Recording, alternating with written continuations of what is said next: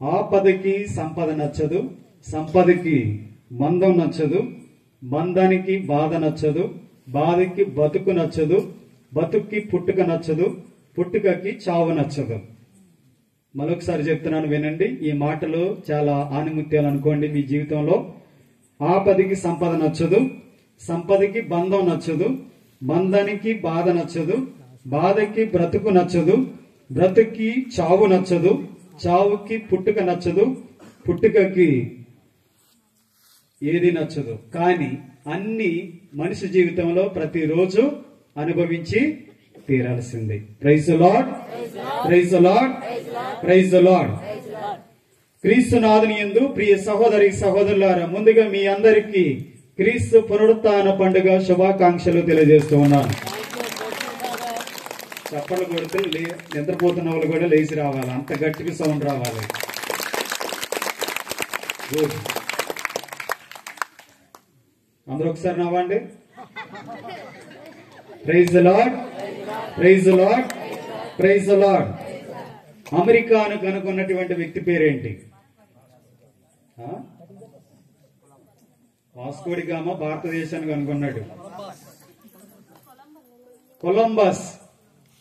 అమెరికాను కనుగొన్న వ్యక్తి పేరు కొలంబస్. ఈ కొలంబస్ అనేటువంటి వ్యక్తి ఏం చేశాడో తెలుసా మీకు? అట్లాంటిక్ దేశంలో, ఐరోపా దేశంలో ఉన్నటువంటి ఆ దేశంలో ఉన్నటువంటి ప్రజలు భూమి తర్వాత ఏముంది, ఈ సముద్రం తర్వాత ఏముంది అని తెలుసుకోవడానికి అమెరికాకి కనుగొనే ముందల అందరూ కూడా పడవలో వేసుకుని నీళ్ళలో వెళ్లి ప్రయాణం చేసేవాళ్ళంట. ఏంటి, ఆ సముద్రం తర్వాత ఏముందని తెలుసుకోవడానికి. చాలా మంది పడవలు వేసుకుని వెళ్ళారు కొన్ని సంవత్సరాల కిందట, ఇప్పుడు కాదు, అమెరికా కనుగోకుండా ముందల వెళ్ళారు. ఎక్కడ చూసినా చుట్టూ వాటరే కనిపించింది కానీ వాళ్ళకి తీరం మాత్రం కనిపించదు. విసుగు వేసారి మధ్యలో ది ఎండ్ అని బోర్డు పెట్టి వచ్చేసారు. ఎక్కడ? మధ్యలో. అదే మధ్యలో అంటే ఎక్కడ? నీళ్ల పైన. వాళ్ళు ఎక్కడ వరకు వెళ్ళారో అక్కడికి ది ఎండ్ అని బోర్డు ఆ నీళ్ల మీద తేలియాడుతూ అక్కడ పెట్టి వచ్చేసారు.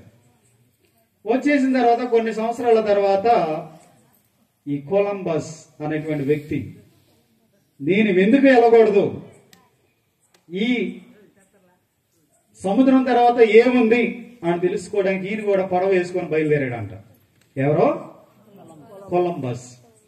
పడవ వేసుకొని వెళుతూ వెసికి వేసారి ఎక్కడ చూసినా వాటరే కనిపించింది. సరే అని చెప్పి వెళుతూ ఇంకా ఒక్క నిమిషం ఆలోచన చేసి, నేను ఇంకా ఓపిక పట్టుకొని వెళితే ఖచ్చితంగా ఏదో ఒకటి దొరుకుతుందని చెప్పి ఓపిక పట్టుకొని వెళ్ళాడంట. వెళ్ళేపాటికి మధ్యలో ఈ తేలియాడుతున్నటువంటి, నీళ్ళ మీద తేలియాడుతున్నటువంటి ఈ బోర్డు కనిపించింది. ఏంటి ఆ బోర్డు పేరు? ది ఎండ్ అని చెప్పి ఆ బోర్డుని చూశాడు. ఇదేంటి ఈ బోర్డు ఇక్కడ పెట్టారు అని చెప్పి కొంచెం నిరాశ నిస్పృహకు గురయ్యాడు. ఎందుకంటే చాలా వందల కిలోమీటర్లు ప్రయాణం చేసుకుంటూ సముద్రం వెళ్ళాలంటే అంత ఈజీ కాదు. చెరువులోనే పడవేసుకొని కనీసం ఒక 1/2 కిలోమీటర్ వెళ్తేనే మనకి కొంచెం ఏమవుతుంది, నీరసించిపోతాం. ఎందుకంటే మనం అందరం కూడా చేతులతో నడపాలి. కాబట్టి ఈయన కూడా నీరసించిపోయి ది ఎండ్ అని బోర్డు చూశాడు. అక్కడికి నీరసించిపోయి మళ్ళీ ప్రార్థన చేసుకుని, దీని వెనక్కి నేను ఎందుకు వెళ్ళకూడదు అని చెప్పి ఏం చేశాడు, ఆ బోర్డు తర్వాత మళ్ళీ కొన్ని వందల కిలోమీటర్లు ప్రయాణం చేసుకుంటూ వెళ్ళి ఆ సముద్రం తర్వాత అమెరికా దేశం ఉందని కనుగొని వచ్చి సకల మానవాళికి తెలియజేస్తూ వచ్చేటప్పుడు ది ఎండ్ అని బోర్డు చేసేసి ఏమని పెట్టాడు? మోర్ బియాండ్ అని పెట్టాడు. ఏంటి? మోర్ బియాండ్ అంటే ఏంటి? దీని వెనకాల ఇంకా చాలా ఉంది, దీని వెనకాల ఇంకా చాలా ఉంది అని ఆ మోర్ బియాండ్ అని పెట్టి ఇంటికి తిరిగి వచ్చి ఈ ప్రపంచానికి అమెరికా అనేది ఈ భూమి మీద ఉందని, ప్రపంచ పటంలో ఉందని గుర్తించినటువంటి మొట్టమొదటి వ్యక్తి క్రిస్టఫర్ కొలంబస్. ఏం పేరు ఆయన పేరు? క్రిస్టఫర్. ఈజ్ ఏ క్యాథలిక్, మన ఆశ్రమ సంఘానికి సంబంధించిన ఆయన వ్యక్తి క్రిస్టఫర్ కొలంబస్ చెప్పి అందరికీ తెలియజేశారు. ఇది ఎందుకు చెప్పాల్సి వచ్చిందంటే, చాలా మంది అనుకున్నారు 2025 సంవత్సరాలు కిందట యేసుక్రీస్తు ప్రభు పుట్టి చనిపోయిన తర్వాత అందరూ అనుకున్నారు యేసుక్రీస్తు ప్రభు వెళ్ళిపోయాడు, తిరిగి రాడు, ది ఎండ్, క్రైస్తవ మతానికి ది ఎండ్ అని శుభకార్డు పలికి వెళ్ళిపోయాడు అని చెప్పి అనుకున్నారు. వెళ్ళిపోయినటువంటి వ్యక్తి 3 రోజుల తర్వాత మరలా తిరిగి లేచి మోర్ బియాండ్ అంటే ఏంటి, ఇంకా చాలా ఉంది అని చెప్పి సకల మానవాళికి తెలియజేసినటువంటి వ్యక్తి మన క్రీస్తు ప్రభు. అందరూ గట్టిగా చప్పలు కొట్టండి. ప్రియమైన సహోదరి సహోదరులారా, ఈ రోజు మనమందరం కూడా ఎంతో ఆనందించాల్సినటువంటి రోజు కదా, అవునా? మీరందరూ ఆనందంగా ఉన్నారా, లేకపోతే దుఃఖంతో ఉన్నారా, లేకపోతే బాధతో ఉన్నారా? ఆనందంతో ఉన్నారు కదా, మీరందరూ మంచివాళ్ళు. క్రీస్తునాథుని యందు ప్రియ సహోదరి సహోదరులారా, సకల మానవాళికి తప్పనటువంటి రెండు నిజ జీవిత సత్యాలు. ఒకటి జననం, రెండోది మరణం. జననం అనేది మనుషులను ఈ లోకానికి పరిచయం చేస్తే, మరణం అనేది మరొక లోకానికి పరిచయం చేస్తుంది. అందుకని ఈ మరణం, ఈ జననం అనేది ఎప్పుడు, ఎక్కడ, ఎలా పుడతాం అనేది, ఎలా చచ్చిపోతాం అనేది ఎవరికి తెలియదు. ఈ రెండు మనిషి ఊహించినటువంటి రీతిలో జరుగుతాయి. ఇది కేవలం రాసేది కర్త కర్మ క్రియ మొత్తం పైవాడే క్రీస్తు ప్రభువే. అందుకని ఈనాడు సకల ప్రపంచం అంటే కథోలికులందరూ కూడా ఈరోజు క్రీస్తు పునరుత్థాన పండుగను కొనియాడుతూ ఉన్నారు. తెలుగులో పునరుత్థానం అంటారు, దీనిని ఇంగ్లీష్ లో ఏమంటారు? రిజరెక్షన్. ఇంకో మాట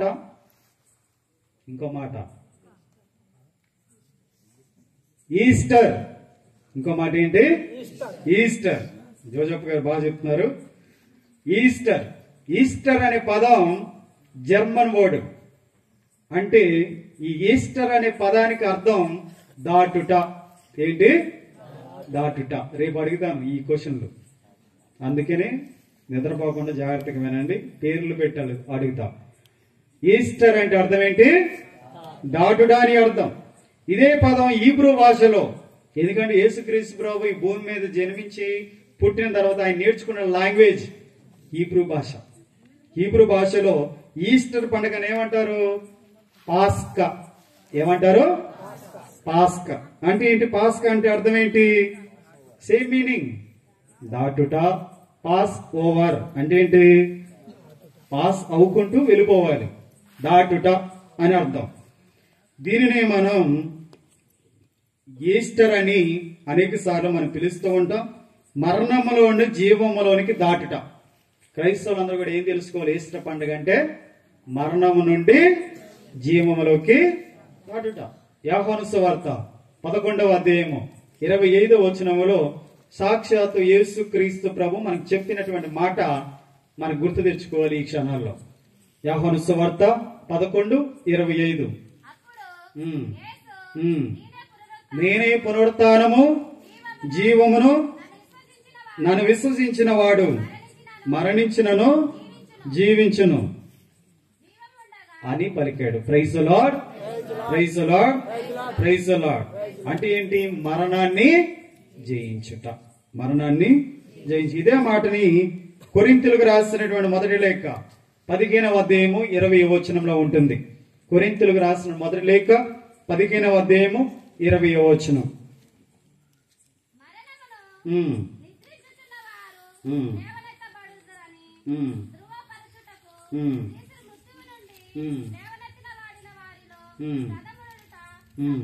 ప్రైజ్ ది లార్డ్.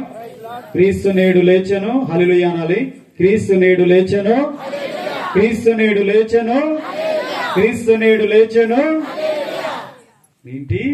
ఈ పునరుత్థాన ప్రభు ఆయన ఒక్కడే మరణాన్ని జయించాడు. అందుకని బైబిల్ గ్రంథంలో తప్ప ఈ ప్రపంచంలో ఏ గ్రంథంలో కూడా యేసుక్రీస్తు ప్రభు పునరుత్థానుడు అయ్యారు అని ఏ గ్రంథంలో మనం చూడలేం.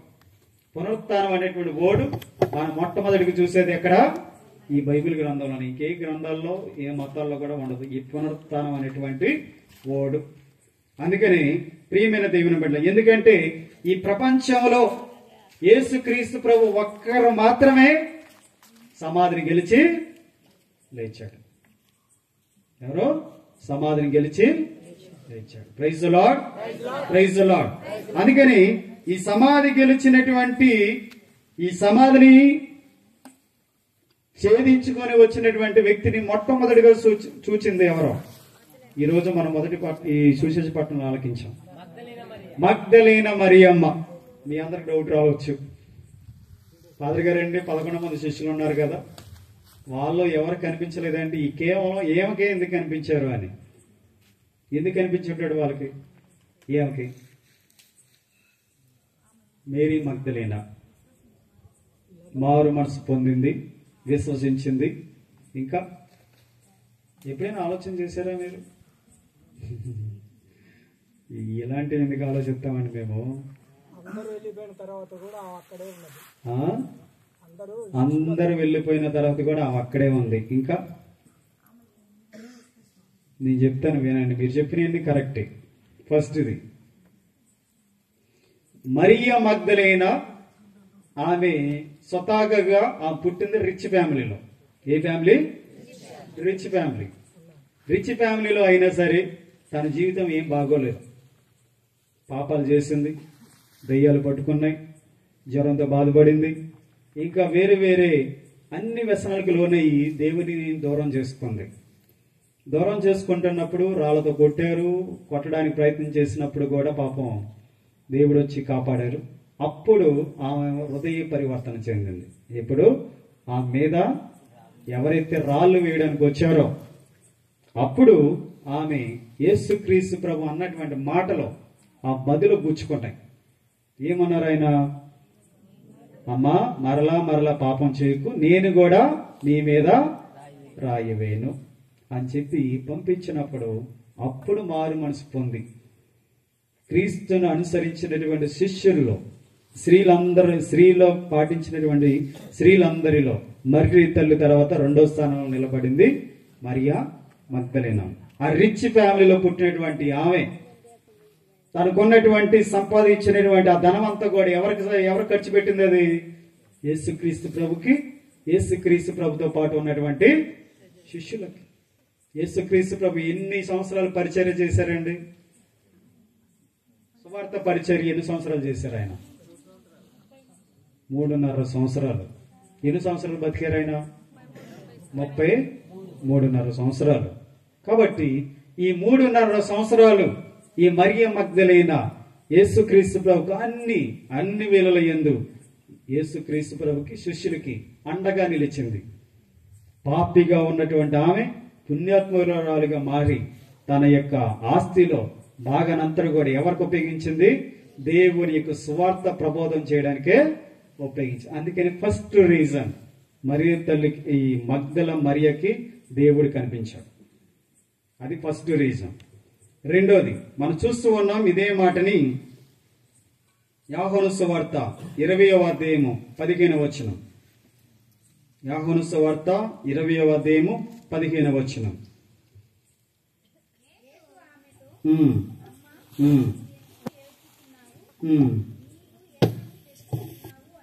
అమ్మా, నువ్వెందుకు? మొట్టమొదటిసారిగా పరిగెత్తుకుంటూ వెళ్ళిందండి. ఎందుకంటే ఎంతో గాఢంగా ఇష్టపడింది. దేవుడు తన లైఫ్ ని సేవ్ చేశాడు కాబట్టి. ఆయన చనిపోయిన తర్వాత శిష్యులందరూ కూడా భయంతో వెళ్ళిపోయారు. కానీ ఆయన ఎప్పుడు లేస్తాడని ఎదురు చూస్తూ మొట్టమొదటిసారిగా సమాధి దగ్గరికి వెళ్ళింది మరియా మగ్దలేనా. ఎప్పుడు? ఈ రోజు అది ఆదివారము తెల్లవారంకు ముందులే ఒక పాట పాడతారు లాస్ట్ లో, ముగింపు గీతం అది. ఆదివారం తెల్లవారకు ముందులే మరియ తల్లి ఆ సమాధి దగ్గరికి వెళ్ళింది. అందుకనే మనం 3వ రోజున ఎక్కడికి వెళ్తాం? మనిషి చచ్చిపోయిన తర్వాత ఎందుకు వెళ్తాం సమాధి దగ్గరికి? ఎప్పుడో ఒకసారి చెప్పినట్టున్న రీజన్. మరియ మగ్దలేనమ్మ ఎందుకు వెళ్ళిందో సమాధి దగ్గరికి మనం కూడా అందుకనే సమాధి దగ్గరికి వెళ్తాం. ఎందుకంటే మనిషి ఆత్మ అనేది సమాధిలో దాదాపు 3 రోజులు ఉంటుంది.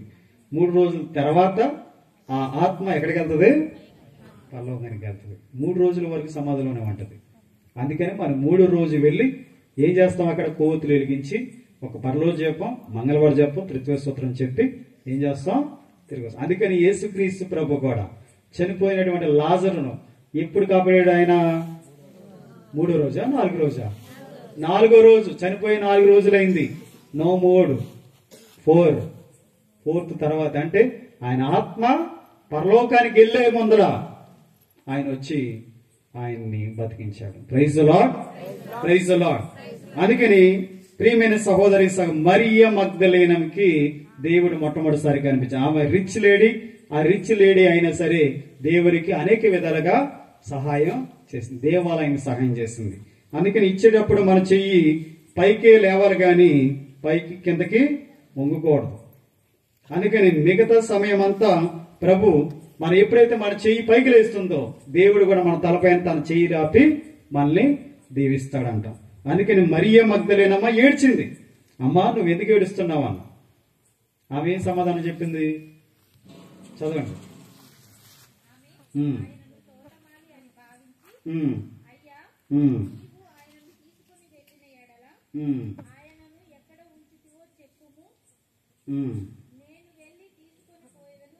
Praise the lord, praise the lord.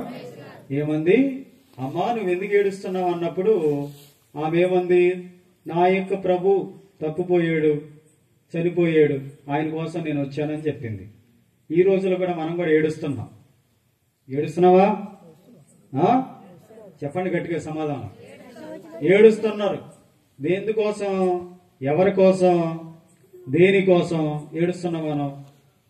ఎప్పుడైనా యేసు ప్రభు కోసం ఏడ్చాం మనం? ఏడం. అసలు కళ్ళంటూ ఒక్క చుక్క కూడా రాదు. తపస్కాలంలో ప్రార్థన పెట్టినప్పుడు, ఉపవాస ప్రార్థన పెట్టినప్పుడు తప్ప, ఏదో ఫాదర్ గారు వచ్చి సిలువు పెట్టి ప్రార్థన చేసింది తప్ప మన కళ్ళంటే నీళ్ళు అప్పుడే వస్తాయి. మిగిలిన టైంలో మనం ఎప్పుడైనా యేసు ప్రభు గురించి ఏడ్చామా? కానీ మరియ మగ్దలేనమ్మ ప్రభు కోసం ఏడ్చింది. ఏడ్చింది కాబట్టి మరియ మగ్దలేనకి దేవుడు యేసుక్రీస్తు ప్రభు కనిపించి. ఇది 2వ రీజన్. 3వ రీజన్, మరియ మగ్దలేనకి యేసుక్రీస్తు ప్రభు ఎందుకు కనిపించాడు అంటే యేసుకి శిష్యురాలుగా మారింది.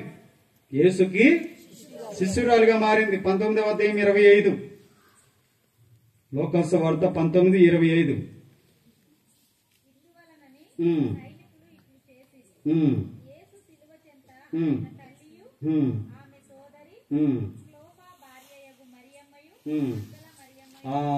ఏంటి?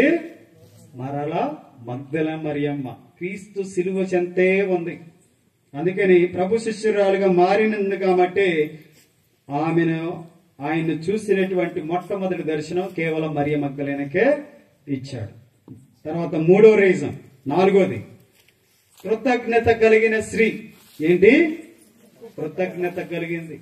ఎందుకంటే దేవుని అనుగ్రహాలు చాలా పొందుకుంది. తెస్సలోనిక ప్రజలకు రాసిన మొదటి లేఖ 5వ అధ్యాయము 18వ వచనం. తెస్సలోనిక ప్రజలకు రాసిన మొదటి లేఖ 5వ అధ్యాయము 18వ వచనం.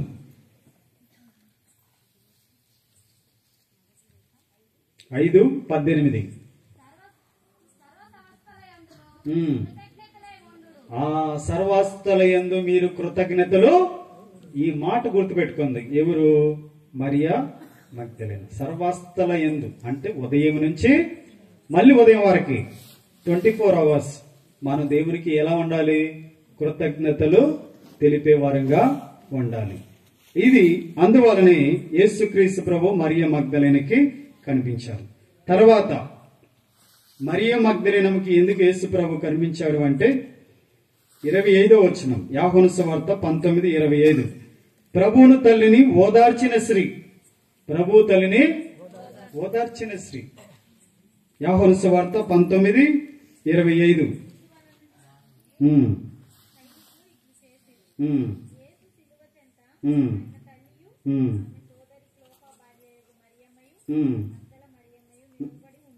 నిలవబడి మరి తల్లిని ఏం చేసింది?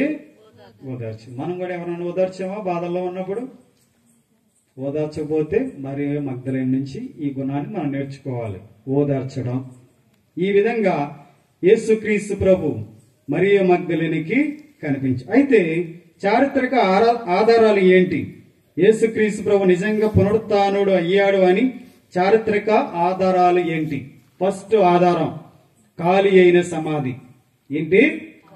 ఖాళీ అయిన సమాధి. ఆయన పెట్టినటువంటి సమాధి మొత్తం ఖాళీ అయింది. ఇది మనం మార్కు సువార్త 16:1 మార్కు సువార్త 16:1 మనం చూస్తూ ఉన్నాం, ఖాళీ అయిన సమాధి. రెండవ ఆధారం ఏంటి అంటే దేవదూతలు ఆ స్త్రీలతో, సమాధి దగ్గరికి వచ్చినటువంటి స్త్రీలతో ఏమంటున్నారు? మీరు సజీవుడైన వానిని మృతులలో ఎలా వెతుకుతున్నారు? ఈ సమాధిలో ఆయన సజీవుడై లేచిపోయాడు, మీరు వచ్చి ఎందుకు వెతుకుతున్నారు అని అక్కడ ఉన్నటువంటి 2 తెల్ల వస్త్రాలతో ఉన్నటువంటి 2 దేవదూతలు వెళ్లి ఈ స్త్రీలతో చెప్పడం జరిగింది. ఇది రెండో ఆధారం. మూడోది, క్రీస్తుకు చుట్టిన నార వస్త్రాలు శిష్యులు కనుగొనడం. సమాధి దగ్గరికి వెళ్ళి చూడగానే కింద ఏమన్నాయి? నార వస్త్రాలు ఉన్నాయి. ఇది లోకాసు వార్త 24:12 మనం చూస్తూ ఉన్నాం. ప్రియమైన దేవుని బిడ్డలారా, ఈ విధంగా యేసుక్రీస్తు ప్రభు సమాధిని గెలిచి పునరుత్థానుడు అయ్యాడు అని ఈ ఆధారాలను మనం ఎవరైనా తెలియనటువంటి వాళ్ళు అడిగితే ఈ ఆధారాలు మనం చెప్పాలి. 1 ఖాళీ అయిన సమాధి, 2 దేవదూతలు, 3 క్రీస్తును చుట్టినటువంటి నార వస్త్రాలు. అయితే యేసుక్రీస్తు ప్రభు సమాధిని గెలవకుండా ఉండడానికి సైతాను దాదాపు 4 పవర్స్ ఉపయోగించింది. ఎన్ని? 4. First power civil power. ఈ సివిల్ పవర్ అంటే ఏంటి? రోమా సామ్రాజ్యపు ముద్ర. సర్వసాధారణంగా ఏదైనా కంపెనీ షాప్ ఏదైనా క్లోజ్ చేసేటప్పుడు మనం ఏం చేస్తాం? సీల్ వేస్తాం. ఒకవేళ వారు సరైనటువంటి టైంలో డబ్బు కట్టకపోతే గవర్నమెంట్ తరపు నుంచి వచ్చినటువంటి వాళ్ళు, ఫైనాన్స్ తరపు నుంచి వచ్చిన వాళ్ళు సీల్ వేస్తారు. సివిల్ పవర్ వాళ్ళు కూడా సమాధి దగ్గరికి వెళ్లి గొలుసులతో కట్టి ఏం చేశారు? రోమా సామ్రాజ్యానికి చెందినటువంటి ఒక సీలుని వేశారు. ఎందుకంటే ఆ సీలుని ఎవరు బద్దలు కొట్టలేరు. ఎందుకంటే యేసుక్రీస్తు ప్రభు ఎవరైనా అక్కడ కాపగాసినటువంటి వాళ్ళు కూడా మోసం చేయవచ్చేమో అని చెప్పి సీలు వేసి వెళ్లిపోయారు. ఫస్ట్ పవర్ సివిల్ పవర్ ను ఉపయోగించింది సైతాన్. రెండో పవర్ మిలిటరీ పవర్. అంటే ఏంటి? ఆ దేశంలో ఉన్నటువంటి, రాజ్యంలో ఉన్నటువంటి, ఆ యోధా రాజ్యంలో ఉన్నటువంటి సామ్రాజ్య భటులందరూ కూడా సమాజ చుట్టూ కాపలాగా పెట్టింది. ఒకరిద్దరు మోసం చేయవచ్చేమో, కోట సాక్ష్యాలు చెప్పొచ్చేమో, అమ్ముడు పోవచ్చేమో అని చెప్పి ఏం చేశారు? చుట్టూ రక్షక భటుల్ని కాపలదారిగా పెట్టారు కాగడాలతో. ఆ ప్రయత్నం కూడా విఫలమైపోయింది. ఫస్ట్ ప్రయత్నం విఫలమైపోయింది, సెకండ్ పవర్ కూడా విఫలమైపోయింది. తర్వాత 3 రిలీజియస్ పవర్. అంటే ఏంటి? ఈ సీలేసిన తర్వాత చుట్టూ భటులు పెట్టిన, సైనికులు పెట్టిన తర్వాత కూడా సైతానికి నమ్మకం లేదు, వీళ్ళు కూడా మోసం చేయవచ్చేమో అని ఏం చేసింది? ధర్మశాస్త్ర బోధకులు, రాజ్యంలో ఉన్నటువంటి మతాధిపతులు వాళ్ళందరూ కూడా ఏం చేస్తున్నారు? ఈ సమాధి వంక నిద్రపోకుండా వేక్కువతో ఎదురు చూస్తూ ఉన్నారు. ఎందుకంటే వీళ్ళు కూడా మోసం చేయవచ్చేమో అని వాళ్ళ మీద కూడా సైతానికి నమ్మకం లేక మత పెద్దలను కాపలదారులుగా ఉంచింది. తర్వాత 4 డెవిల్ పవర్. సైతాన్ని కూడా చూస్తానే ఉంది, ఈ మనుషులు వీళ్ళు ఎప్పుడైనా మారిపోవచ్చేమో అని ఏం చేసింది? సైతాను కూడా కాపలదారిగా ఆ సమాధి వైపే చూస్తుంది. కానీ 4వ పవర్ అయినటువంటి క్రీస్తు ప్రభు ఎల్షెడాయ్ అంటే తన పవర్ను ఉపయోగించి ఈ 4 పవర్లు ఫెయిల్ అయ్యేలాగా చేసి ఆ సమాధిని గెలిచి పునరుత్థానుడయ్యాడు. Praise the lord, praise the lord, praise the lord. ఇదే మాటను మనము అపోస్తుల కార్యములు 2వ అధ్యాయం 24వ వచనంలో మనం చూస్తూ ఉన్నాం. అపోస్తుల కార్యములు 2వ అధ్యాయము 24వ వచనం. 2:24. అసాధ్యము కనుక దేవుడు మరణ వేదనలను తొలగించి ఆయనను మృతులలో నుండి లేపెను. క్రైస్తవులందరికీ ఒక నమ్మకం ఉండాలి, విశ్వాసం ఉండాలి. ఎందుకంటే మనం చచ్చిపోయిన తర్వాత మరలా పునరుత్థానులు అవుతామని. చచ్చిపోయే ముందులు కూడా మనం హృదయ పరివర్తన చెందితే ఖచ్చితంగా దేవుడు ఏం చేస్తాడు? నేడే నీవు నాతో కూడా పరలోకంలో ఉంటావు. సిలువు పక్కన వేయబడిన దొంగ రైట్ సైడ్ ఏం పేరు చెప్పాను నేను? దిస్ముస్. ఆయన పలికినటువంటి మాట ఏంటి? ప్రభా, నీ రాజ్యంలో నన్ను చేర్చుకున్నాను. వెంటనే రిజర్వేషన్ దేవుడు కన్ఫర్మ్ చేశాడు. ఇవి ప్రియమైన దేవుని బిడ్డల, సైతాన్ ఈ విధంగా అనేక పవర్లు ఉపయోగించి యేసుక్రీస్తు ప్రభు పునరుత్థానుడు కాకుండా చేసింది. కానీ ఈ లోకాన్ని సృష్టించిన సృష్టికర్తకి అవి పెద్ద లెక్క కాదు. సమాధిని జయించుకొని లేచాడు. అయితే ఈ పునరుత్థానం వలన కలిగేటువంటి లాభాలు ఏంటి? ఫస్ట్ లాభం, ప్రభువునందు మనకి ఆనందం ఉంటుంది. ఏంటి? ప్రభువునందు మనకు ఆనందం ఉంటుంది. ఫిలిప్పీయులకు రాసిన లేఖ 4వ అధ్యాయము 4వ వచనం. పునీత పౌలు ఫిలిప్పీయులకు రాసిన లేఖ 4వ అధ్యాయము 4వ వచనం. ప్రభువునందు మీరు ఎల్లప్పుడూ ఆనందించండి, మరలా చెప్పుచున్నాను ఆనందించండి. ఇదే మాటని పేతురు రాసిన మొదటి లేఖ 1:3. పేతురు రాసిన మొదటి లేఖ 1:3. తండ్రి అయిన దేవుడు స్తుతింపబడును గాక. మృతులలో నుండి యేసుక్రీస్తును ఆయన పునరుత్థానమునర్చి దాని మూలమున మనకు నూతన జీవమును ప్రసాదించెను. Praise the Lord. Praise the Lord. Praise the Lord. Praise the Lord. Praise the Lord. Praise the Lord. అందుకని ప్రభువునందు ఆనందం వస్తుంది. ఫస్ట్ మనకు వచ్చేటువంటి గిఫ్ట్ ఏంటంటే ఈ పునరుత్థాన ప్రభు మనకి ఇచ్చేది ఆనందం, హ్యాపీనెస్ ని మనకి ఇస్తాడు, జాయ్. రెండోది, నూతన సందేశాన్ని పొందుకుంటున్నాం. ఎందుకంటే ఇంకో చాప్టర్ తెరవబడింది. క్రీస్తు మరణాన్ని జయించి పునరుత్థానుడు గెలిచి, ఇదిగో మోర్ బియాండ్, నేను ఇంకా ఉన్నాను, ఈ లోకంలో చేయాల్సింది నేను ఇంకా చాలా ఉంది అని మరలా సమాధిని గెలిచి 40 రోజుల పాటు అనేక మంది ప్రజలకు దర్శనమిచ్చి కనిపిస్తూనే ఉన్నారు. ఇది మనం అపోస్తల కార్యములు 2వ అధ్యాయం 1వ వచనం నుంచి 24 వరకు మనం చదివినట్లయితే, పేతురు గారు, యోహాను గారు, యాకోబు గారు, శిష్యులందరూ కూడా ఒక్క చోటను చేరి సువార్తను బోధిస్తూ ఉన్నప్పుడు దాదాపు 3000 మంది ఒకే రోజు జ్ఞానస్నానం తీసుకున్నారు. ఎంతమంది? 3000 మంది ఒకే రోజు, ఒక్క ప్రసంగం ద్వారా, పేతురు గారు చెప్పినటువంటి ప్రసంగం ద్వారా 3000 మంది ఒకే రోజు ఒకేసారి జ్ఞానస్నానం తీసుకున్నారు. ఇది రెండవ సందేశం. మూడవ సందేశం, పరిచర్యలో నూతనమైన శక్తిని మనం పొందుకుంటాం. మనందరం కూడా క్రీస్తు ప్రభు సాక్షులుగా నిలవాలి. అపోస్తల కార్యములు 1:8 మనం చూస్తూ ఉన్నాం. అపోస్తల కార్యములు 1:8. పవిత్రాత్మ మీ పైకి వచ్చినప్పుడు మీరు శక్తిని పొందుదురు కనుక మీరు యెరూషలేములోను యూదయ సమరియా సీమలయందు అంతటను భూదిగంతముల వరకు మీరు నాకు సాక్షులుగా జీవించండి. క్రీస్తు నేడు లేచెను, క్రీస్తు నేడు లేచెను, క్రీస్తు నేడు లేచెను, హల్లెలూయా హల్లెలూయా, క్రీస్తు నేడు లేచెను, హల్లెలూయా హల్లెలూయా. మనం అందరం కూడా క్రీస్తు ప్రభుకి ఏమివ్వాలి? సాక్ష్యం ఇవ్వాలి. ఏమివ్వాలి?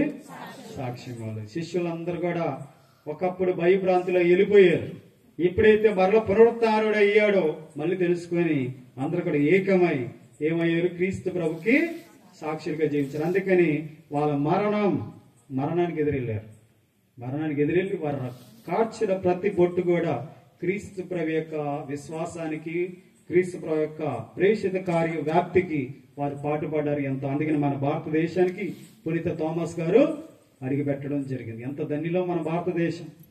పునీత థామస్ గారు కేరళ దేశానికి వచ్చి విశ్వాస బీజాలు నాటి మన క్రైస్తవత్వాన్ని పెంచడం జరిగింది. ప్రియమైన దేవుని, ఈ విధంగా ఆ పునరుత్థాన ప్రభు యొక్క అనుగ్రహాలు హేరాళంగా మీ అందరిపైన ఉండాలని, ఆ పునరుత్థాన ప్రభుకి ఎల్లప్పుడూ కూడా మన సాక్షులుగా జీవించాలని ఆ క్రీస్తు ప్రభు నేడు మనందరికీ ఈ పండుగ రోజును మనకు నేర్పిస్తూ ఉన్నారు. కాబట్టి మరణం కొరకు ఎవరు భయపడుకోకుండా, మరణించిన తర్వాత మన యొక్క ఆత్మలు పరలోకంలో చేరుతాయని క్రీస్తు ప్రభు మనకి రుజువు చేశారు. కాబట్టి ఆ క్రీస్తు ప్రభు నమ్ముదాం, విశ్వసిస్తాం. ఆ క్రీస్తు ప్రభు యొక్క వరాలను మనం ఏరాళంగా పరంగా పొందుతాం. ఆ పునరుత్థాన ప్రభు మిమ్మల్ని అందరిని దీవించి ఆశీర్వదించి కాచి కాపాడును గాక.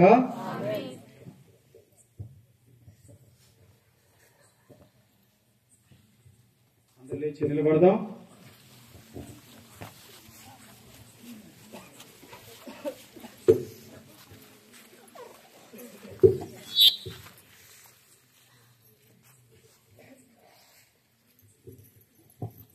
ఇప్పుడు మూడవ భాగం జ్ఞానస్థాన అర్చన.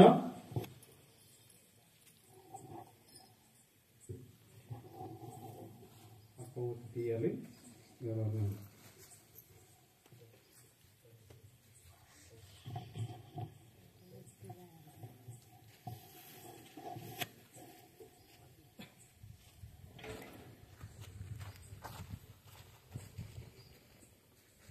జాగ్రత్త తీసేటప్పుడు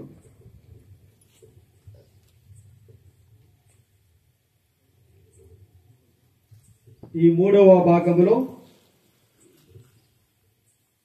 మొదటి సాంగ్యము నీటిపై ఆశీర్వాదం ఉంటుంది. జ్ఞానస్థాన దివ్య సంస్కారంలో నీటి వలన పరిశుద్ధాత్మ వలన మనము నూతన జీవన పొందుదాము. నీరు శుద్ధి చేయడానికి, స్వస్థపరచడానికి, పోషణకు ఉపయోగపడుతుంది. వీరిని ఆధ్యాత్మికంగా జ్ఞానస్థానంలో పరిశుద్ధాత్మ జరుపుతారు. జ్ఞానస్థానం ద్వారా మనం దేవుని బిడ్డలమవుతాం. రెండవ సాంగ్యము బాప్తిజము. నూతనముగా శ్రీ సభలోనికి మనం కొందరిని చేర్చుకుంటున్నాం. వీరందరూ మనవలే దేవుని విశ్వసించి ఆయన బిడ్డలు కానున్నారు. ఇక మీదట వీరు కూడా మనతో కలిసి ప్రార్థనలో, ఆరాధనలో పాల్గొని దేవుని స్తుతించెదరు. ఈ విధంగా ప్రతి సంవత్సరము సంఖ్యలోను ఆధ్యాత్మిక జీవంలో తిరుసభను వృద్ధి చేయమని దేవుని ప్రార్థించాలి. మూడవ సాంగ్యము జ్ఞానస్థాన ప్రమాణములు. మనమందరం ఒకేసారి మన బాప్తిస్మ సమయంలో చేసిన వాగ్దానములను స్మరించుకొని వారికి పునరంకితం చేయబోవు సమయం ఇది. దేవుని మాత్రమే విశ్వసించి ఆయనతో జీవిస్తామని వాగ్దానం చేయబోతున్నాం. సాతాను క్రియలు వదిలివేసి దేవుని మార్గమని అనుసరించమని వాగ్దానం చేద్దాం.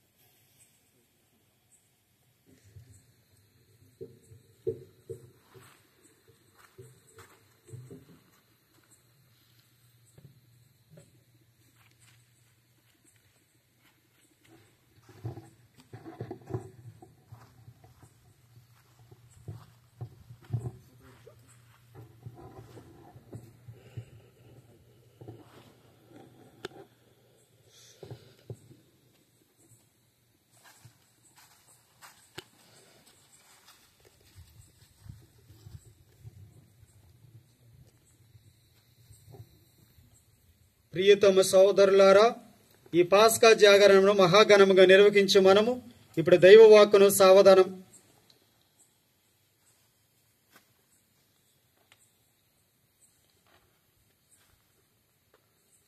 ప్రియతమ సోదరులారా, నూతన జన్మను అనుగ్రహింపగల నీటిని సమీపించుచున్న ఈ మన సోదరులకు సర్వశక్తి గల పితి అయిన దేవుడు దయతో తోడ్పడినట్లు ప్రార్థించుదాము. ఆనందదాయకమైన నిరీక్షణ మన సోదరులు చిగురించినట్లు మన ప్రార్థనలతో వారికి సహాయపడదాము.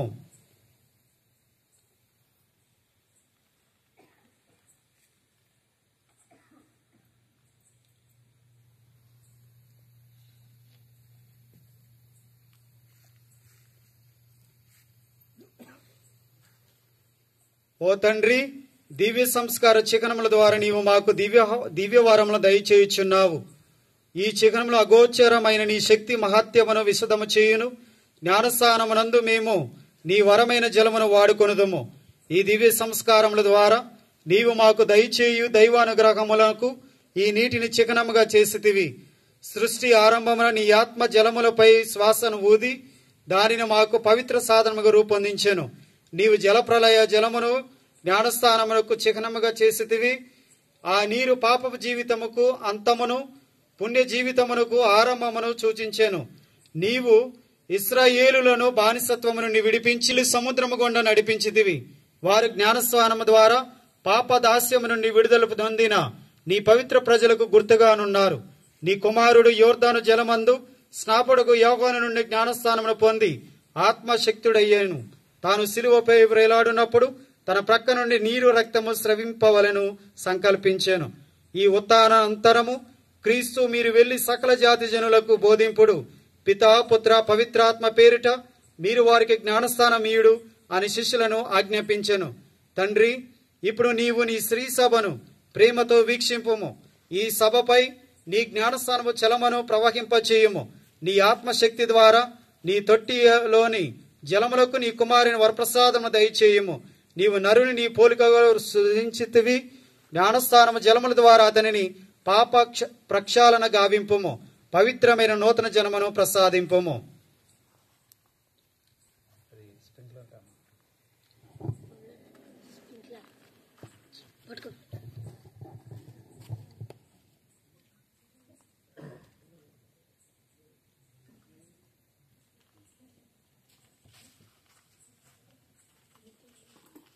తండ్రి, నీవును నీ కుమారుని కలిసి తొట్టిలోని నీటిపైకి నీ ఆత్మను పంపమని నిన్ను ప్రార్థించున్నాము. జ్ఞానస్నానం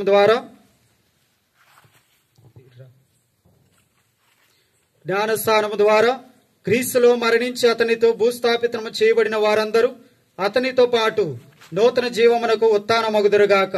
నీతో కలిసి పవిత్రాత్మతో పాటు యుగ యుగములు జీవించుచు పాలించు మా ప్రభువును నీ కుమారుడనైన యేసుక్రీస్తు ద్వారా మనవి చేయుచున్నాము.